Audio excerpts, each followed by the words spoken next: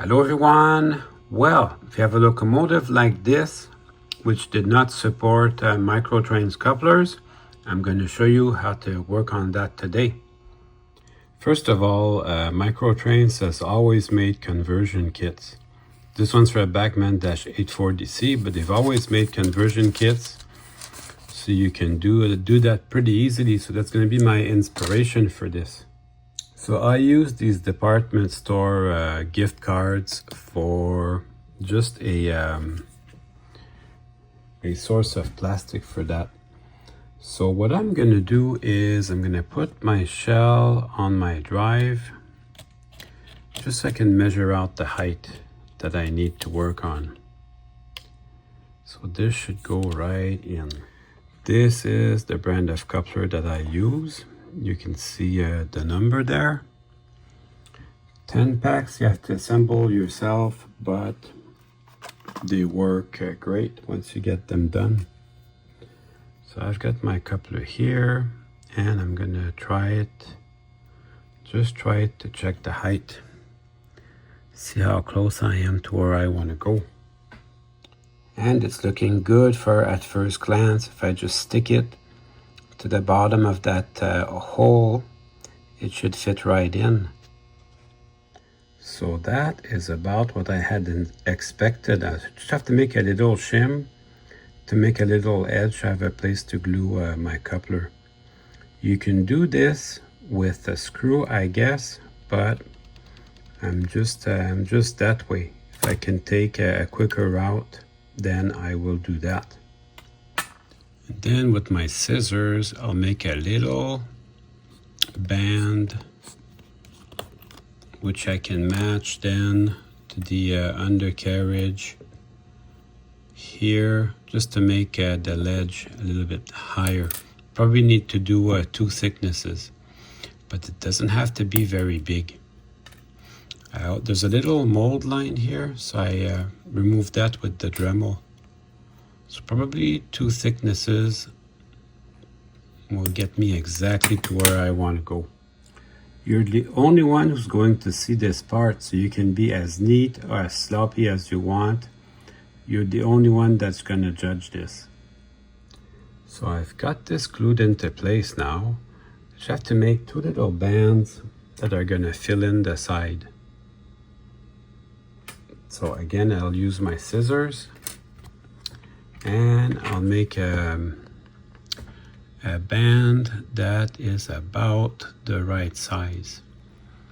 Now I'm doing it, I'm sort of eyeing it because I like to go fast, but I do have my micrometer close by if I ever decide to use it. But I'm just that kind of guy. I just like to go fast.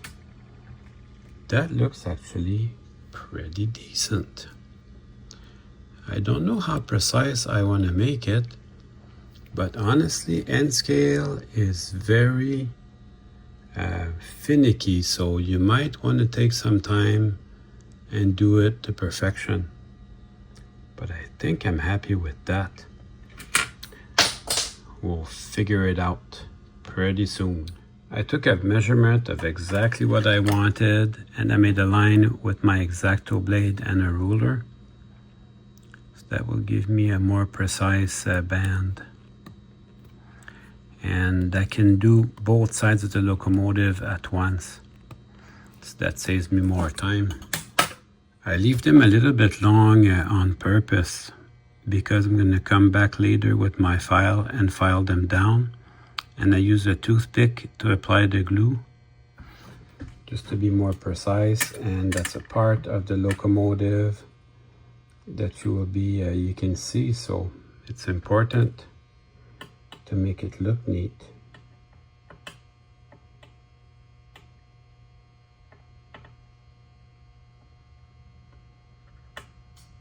So I'll just bring in my part and I'll glue that together.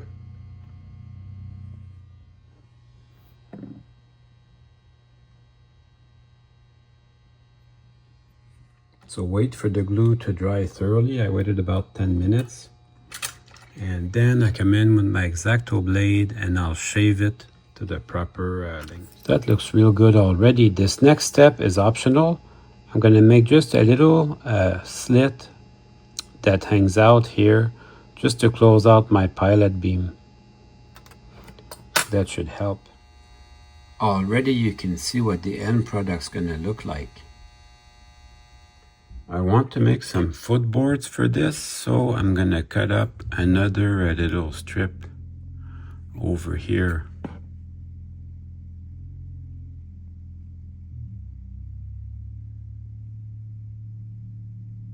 So we'll be making some footboards for that pilot.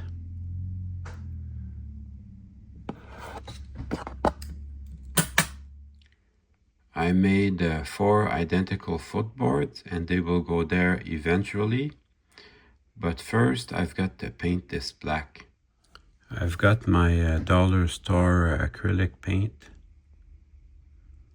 So that should go good like that. I'm gonna paint it on the inside also.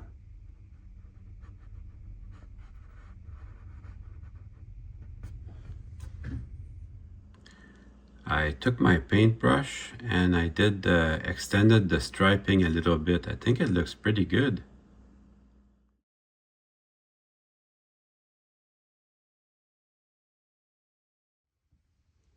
Then I can just glue my coupler in place.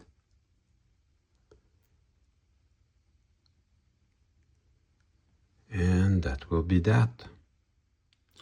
All right, so while my glue is setting, I'm gonna work on my drive.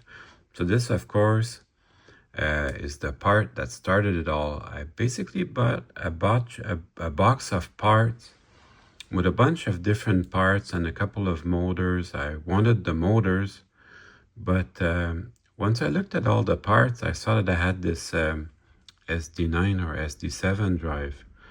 So I looked at everything. I've got a complete working drive here. I just needed a shell, and my shell, this is the new model of drive system that's DCC compatible, DCC friendly as they say on the box, and it doesn't have a coupler, whereas the old type locomotive had the couplers on the gearboxes. So I needed to do something for the coupler, and that led to this video. So I am going to work on this because it has to be cleaned. It has to be cleaned and lubricated, but it works great.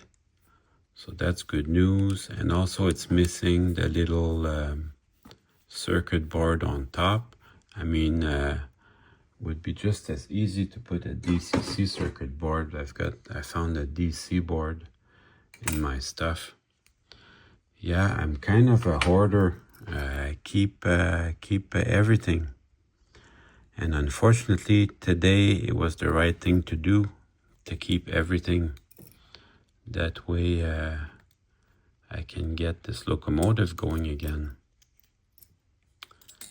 I say unfortunately because I have to stop doing that, you know, keeping lots of stuff around, empty boxes, empty cardboard boxes, just in case I need it for a project someday. But it's tough, especially for train stuff. I keep everything just in case I need it for a project someday. And I keep doing it, especially since today it paid. So this, everything runs fine on this. I don't have to do too much work on it. I am going to put 1 drop of oil just to say that I did something. So I put 1 drop on those worm gear bearings. And that's it. That's good for that. And then I'll just turn it with my hands. But everything feels really good, like it hasn't been run a lot. So that's that. And then I'll spend most of my time on the wheels. I want these wheels to be squeaky clean. So let's just open this up.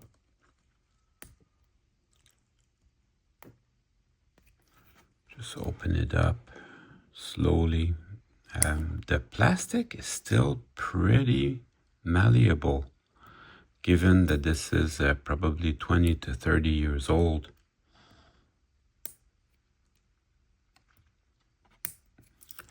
So it's still pretty easy to get in there.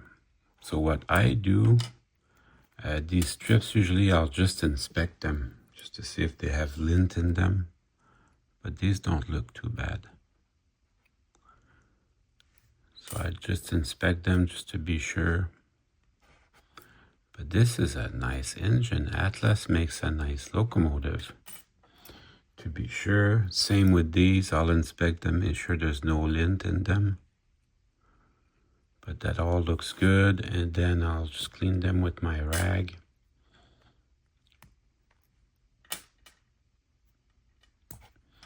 And these, they're all the same, so you can go ahead and reinstall them as you see them. And then I'll just use my rag and clean them like that. That's what they say, you know, cleanliness is next to godliness.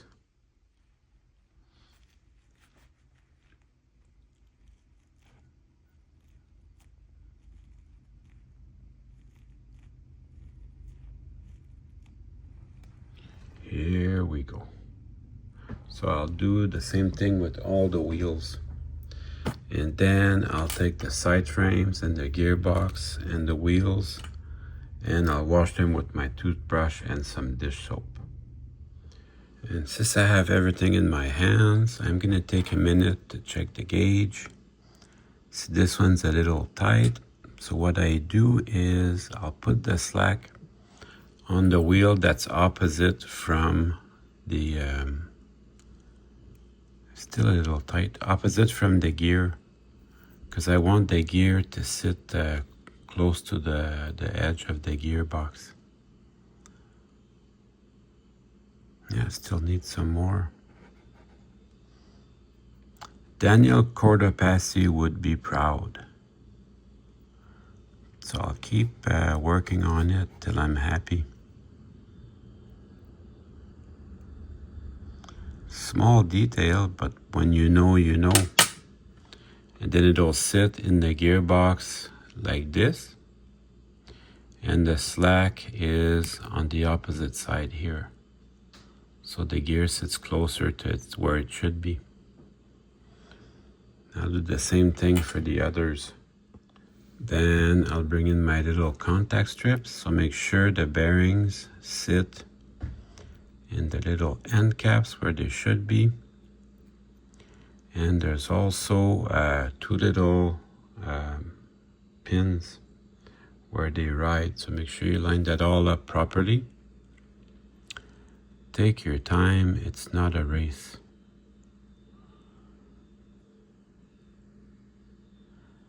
And then once you're happy with that, you can go ahead and bring in the side frames.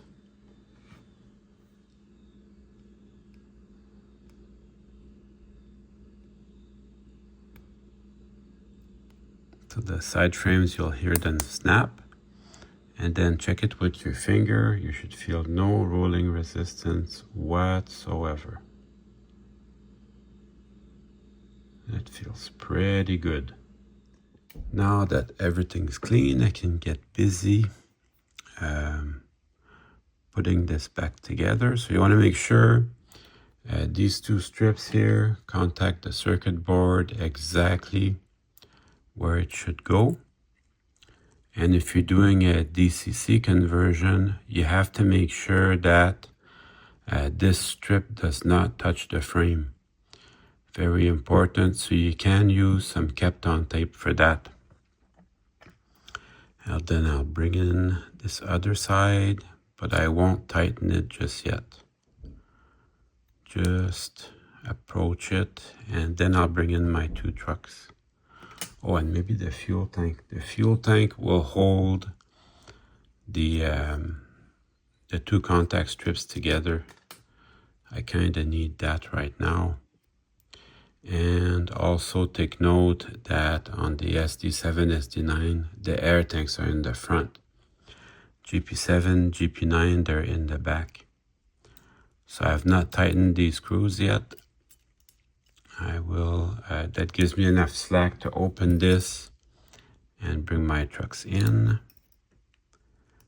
That's it. check that your contact strips are aligned properly, which this one is not. So I'll have to adjust that right now. I have to somehow get in there and bring it out just a little bit. Has to go just over that.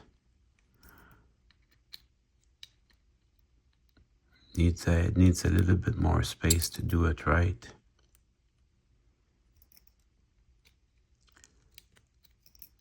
So this is the right time to look after that. Yeah, so look at your contact strips, make sure everything's lined up properly. So this looks good. And then I use gravity as my friend, and I'll tighten the two screws together. They just need to be hand tight, but they don't have to be super tight.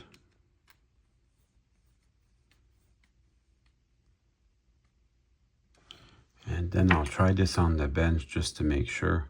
You know, the split frame design, which is very common now, is quite good. So that runs great. Super happy with that. Check the lights at the same time. Perfect. Check both sides. Super happy with that. Let's go try it on the track. All right, let's see what we've got.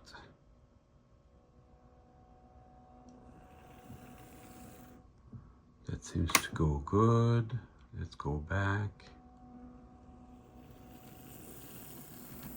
Runs nice and quiet.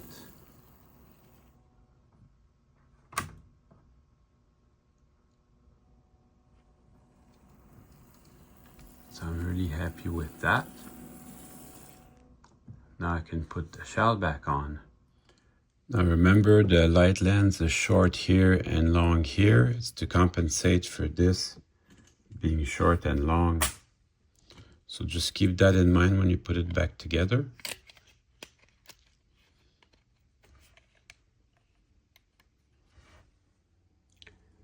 Just testing out the coupler height for one last time. And now it's time to run some trains. I'm especially happy with the way the striping turned out on the Pilot. Also, it's rare that I have a unit train like this. Every freight car the same.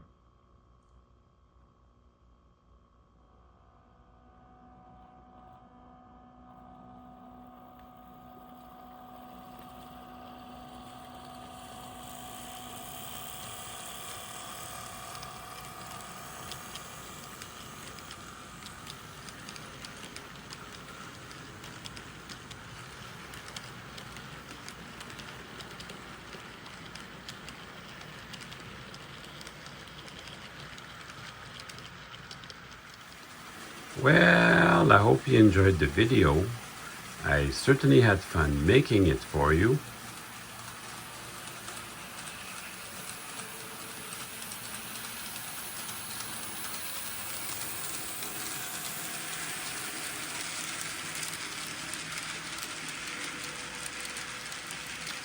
See you soon.